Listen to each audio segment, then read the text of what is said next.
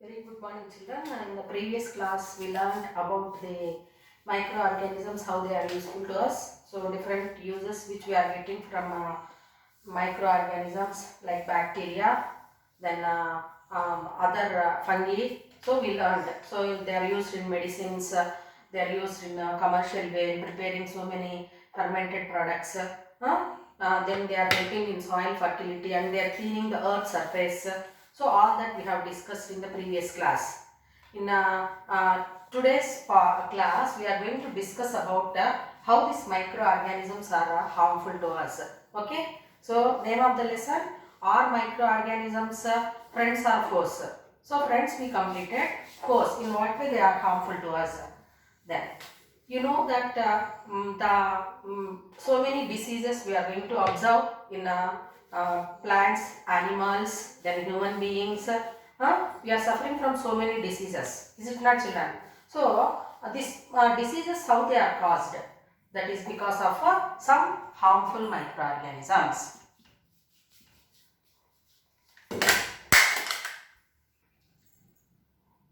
Some of the microorganisms are harmful and they are responsible for many diseases. So now these microorganisms, they are responsible for diseases not only in human beings. They are causing diseases in plants, animals, livestock like cattle, goat, sheep, etc. Apart from that, these microorganisms are going to become cause for the damage to clothes or food materials, or any other wooden furniture. So like that, all these are getting damaged. That is because of microorganisms. Okay. So now, what do we call this microorganisms responsible for so many kinds of diseases? Means they are called as pathogens. Pathogens. So what are pathogens? Pathogens are microorganisms, harmful microorganisms which are responsible for so many kinds of diseases, or the disease causing harmful microorganisms are called as pathogens. Is it clear to children? Then these pathogens are responsible for different kinds of diseases. So can you guess, children, what are the different types of diseases with which we are suffering? So you know that malaria or typhoid, swine flu, cholera or COVID.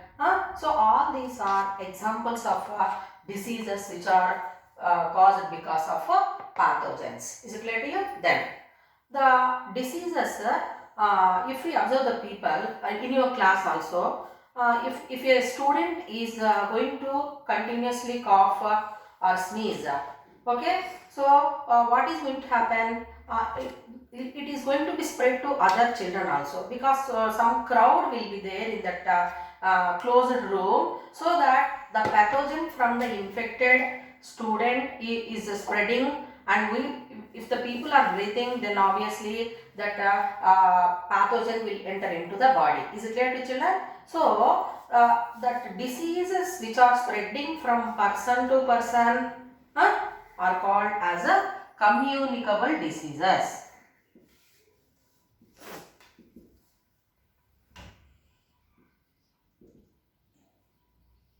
Especially because of microorganisms. So that pathogen whichever is present in the body is going to reach the other healthy person. Okay. So different means are there: through air, through water, or through the food, or some direct contact. So like that, the diseases causing pathogens are going to be spreading from person to person. So then the diseases are called as a communicable diseases. Okay. Then you learned that pathogens are present in water,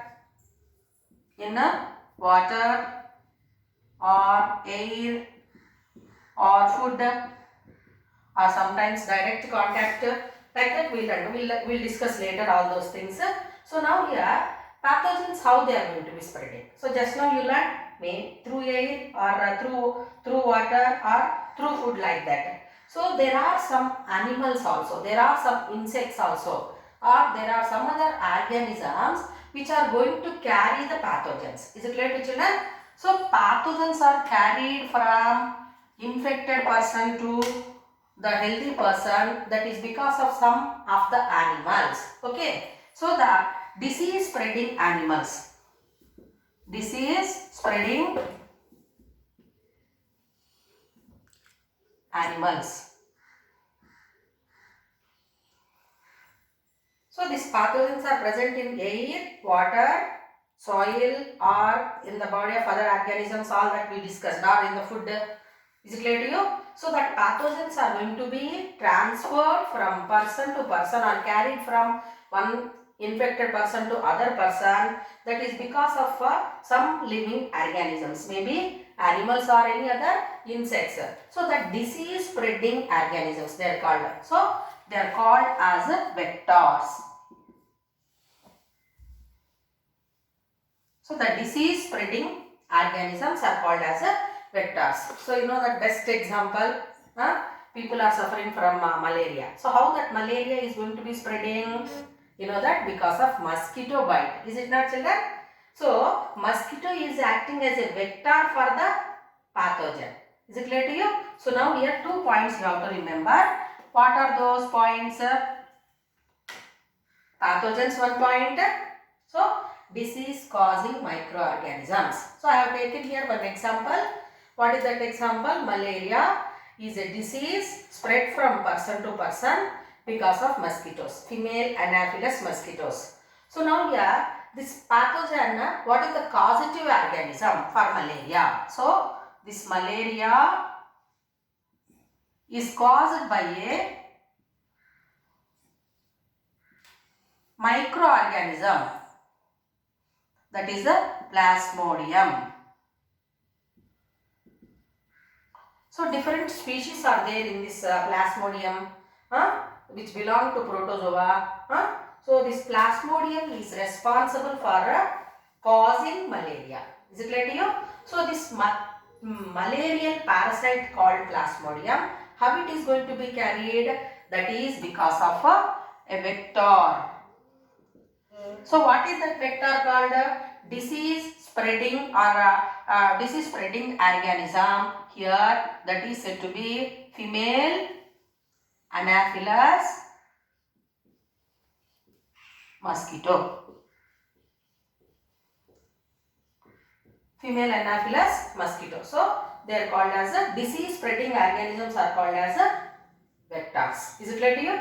Disease causing organisms are called as a pathogens. Is it clear to you? Then we know that this malaria, how it is dreadful. Even we are living in 21st century. Many people in our country, they are suffering a lot because of malaria, because they are not sometimes not taking care of their health and surroundings. So this here these vectors are responsible for the spread of disease. So to control the malaria disease, what we can do? If we control the mosquitoes, okay, or if we live in clean surroundings, then that results in the controlling of malaria. So the diseases are going to be caused because of pathogens, and they are carried they are carried because of some other animals or insects, and the diseases which are spreading from person to person, they are called as communicable diseases.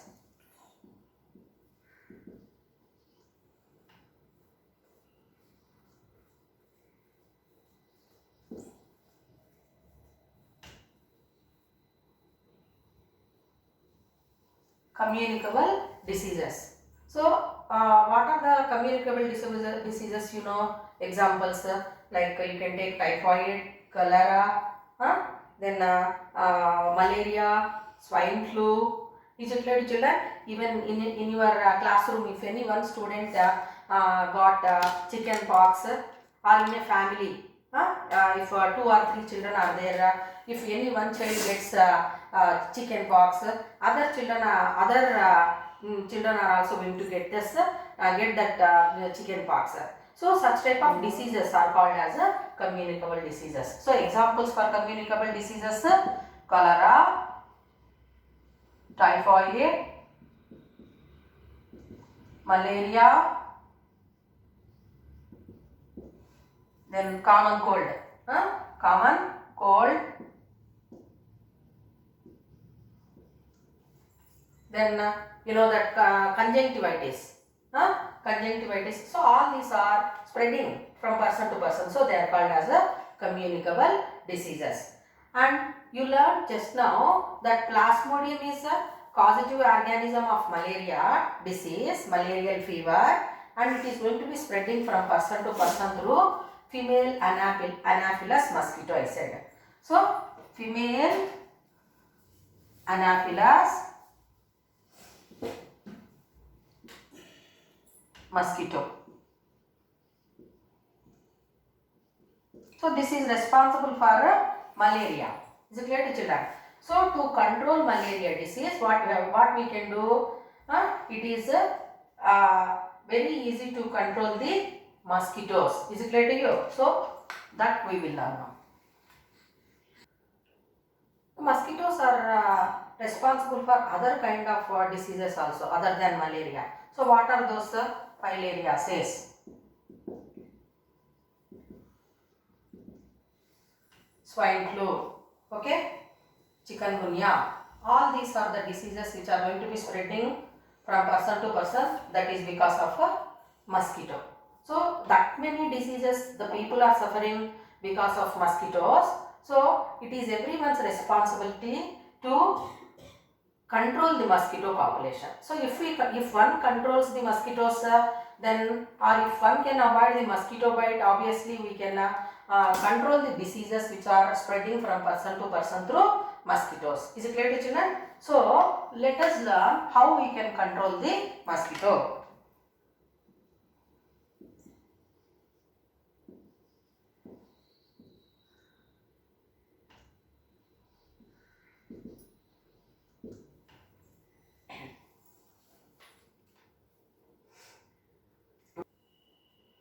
As you might have observed that mosquitoes are breeding in a stagnated water. They breed in a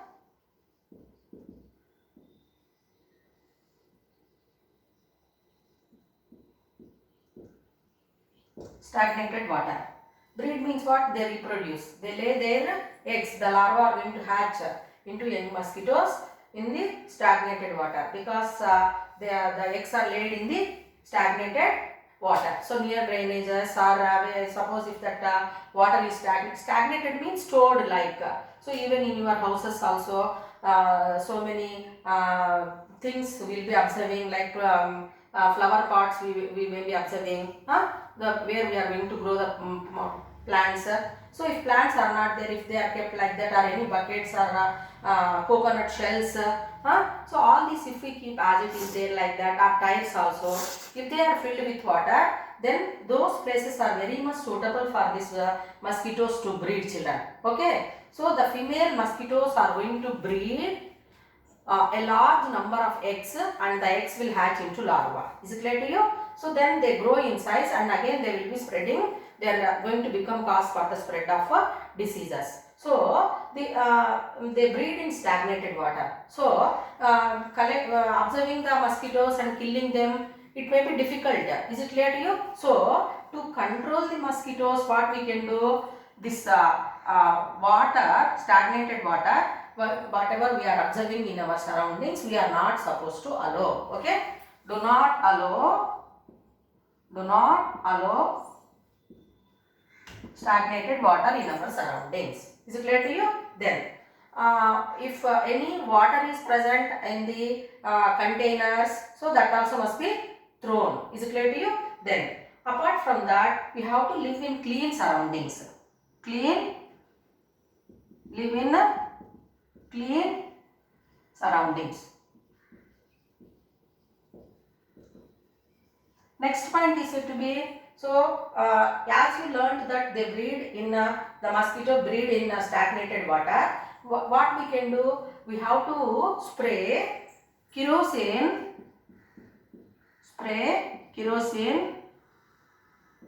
on stagnated water.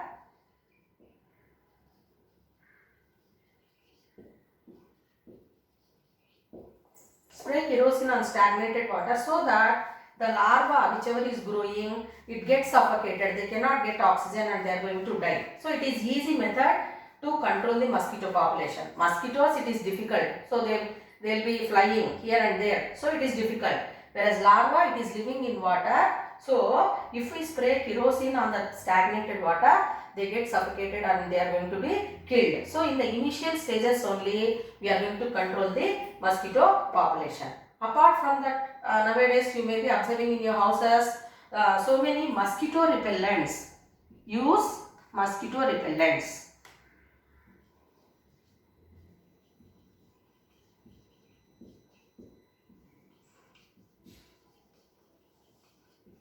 So we have to use mosquito repellents like All Out.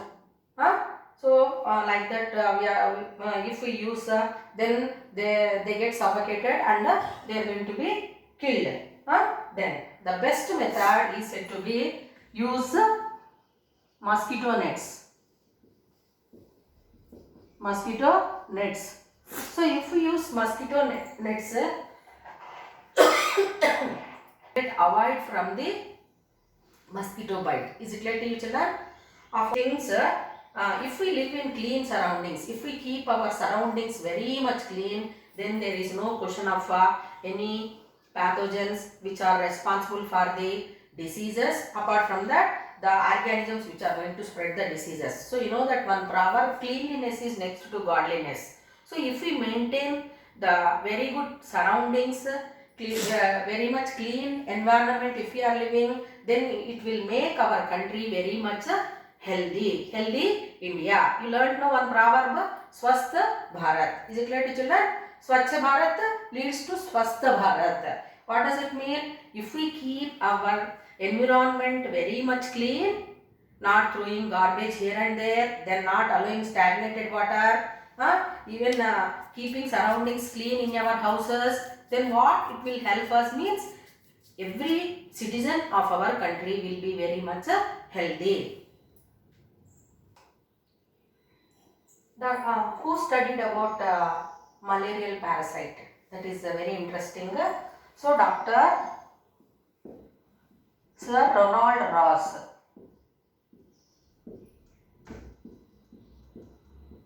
He was a British doctor.